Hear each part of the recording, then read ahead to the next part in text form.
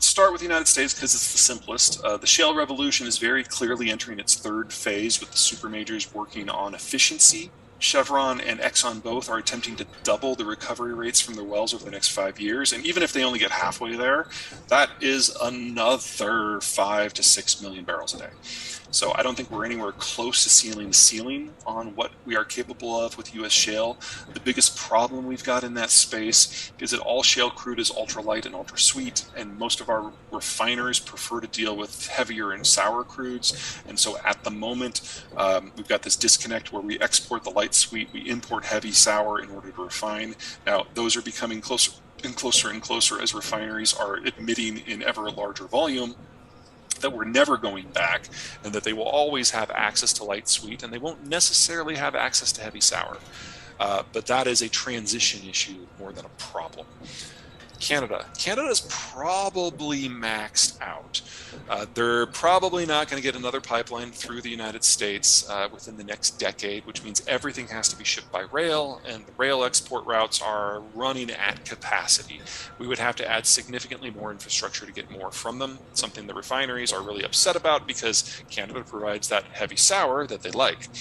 The Canadians do have a pipeline that's supposed to come online next year called Trans Mountain, that is supposed to export via the Pacific coast, but the British Columbia government and a number of NGOs and some First Nations are doing everything they can to make sure that that pipeline never operates. So I have very low confidence that we'll actually get there, which means that Alberta's probably producing about as much as they're ever going to. I think it's stable, but I don't think it's going to rise. As for the rest of the world, Venezuela has largely fallen off the map. Their exports are now down below 500,000 barrels a day. They've basically become a non-factor. The skill sets have atrophied. They haven't trained anyone new in the last 10 years. A lot of the skill set folks have left.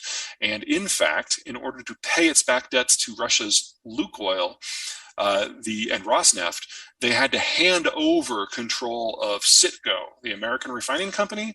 And the Americans basically had a very quiet conversation with Moscow, like, just so you know, you got two choices here. You can give that back, or we'll take it. And so it was given back last week.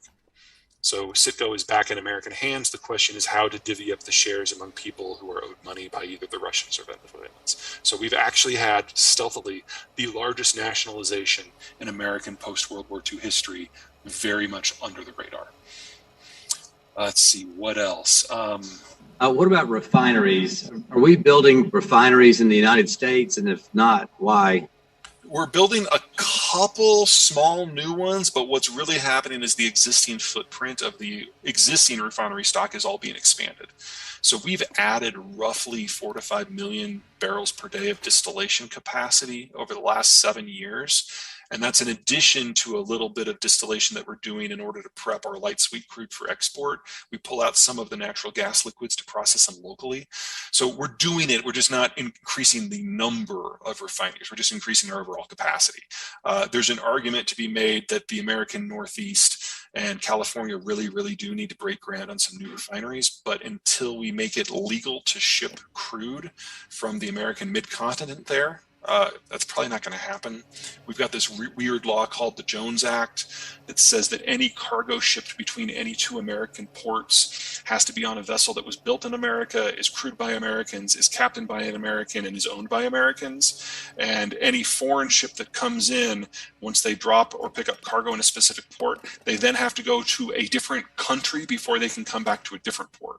And then we've made it very difficult for us to ship product within our own system, or even crude within our own system. If you're in Texas, this is broadly working for you because it means you've got a captive market. You get as much of the crude as you want, but it does raise unnecessarily the cost for energy products on the coasts. In terms of other energy output, Chinese output continues to decline. Middle Eastern output is stable, kind of. There's been a lot of news recently that there's more Iranian crude hitting the market. That is not true. What's happened is that some of the Iranian crude that was using black market methods of avoiding the sanctions have now found gray market methods of avoiding the sanctions, and so it's a little bit more visible. That's the only difference there. Saudi Arabia has reduced its output by another 1 million barrels per day, or at least they say they're going to. Look at what they actually do. The last time they said they were going to cut output by 1 million, they actually raised it by 250,000 barrels. Saudis playing a weird game here. They know now, it's really sunk in that the Americans don't like them very much and that the Americans will never fight a war for them. And since we were their security guarantor for the last 70 years, they need a new one. So they are experimenting with different players, the French, the Brits, the Turks, the Chinese, the Japanese, in order to find someone who might fight for their ability to be fat and live in air conditioning. It hasn't gone great. Why isn't the U.S. more active in developing nuclear energy plants, especially smaller ones? But two, which leads to some of the things you've talked about, our ability to create more solar or wind powered options. The American Southwest is one of the top 3 solar zones in the world, and the American Great Plains are one of 2 great wind zones in the world. And so these are areas that even with existing technology, assuming no improvements in transmission or storage, already makes sense to deploy mass volumes of capital to generate electricity in those 2 areas with those 2 technologies.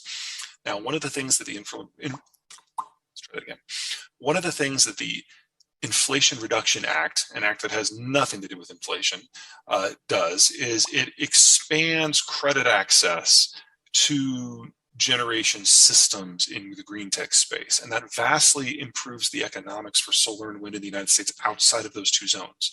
So they've basically doubled, maybe even increased by 2.5 times, the land area of the United States where solar and wind make a great deal of sense. So just with this one law, we have probably enabled the United States to get roughly 1/4, maybe as much as 1/3 of their electricity from solar and wind 10 years from now. That's a really big step forward, whether you're green or you just like the math of getting free electricity. That's really helped. Nowhere else in the world near populated centers has that kind of advantage outside of Australia.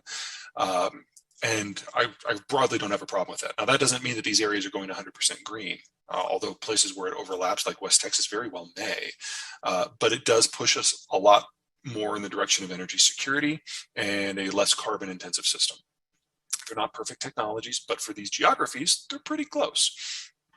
Biden, one of the things that he's doing right now is he's trying to recoup Democratic support for the union movement. The IRA was very big in that. Remember that during the Trump administration, Trump was very, very successful at courting the union vote. And a majority of union members did vote for Trump in round 2. And so Biden now is trying to pull those guys back into the Democratic coalition, and doing anything that loosens the tariffs in any meaningful way with China would be working the other direction. So there is a case to be made that the tariffs are unnecessarily inflationary. That's a very complicated, nuanced discussion with a lot of pros and cons. It is real, but siding with the people who want the tariffs to go away would probably cost Biden the union vote, and he's fought very, very hard to get that back, so I don't see it happening.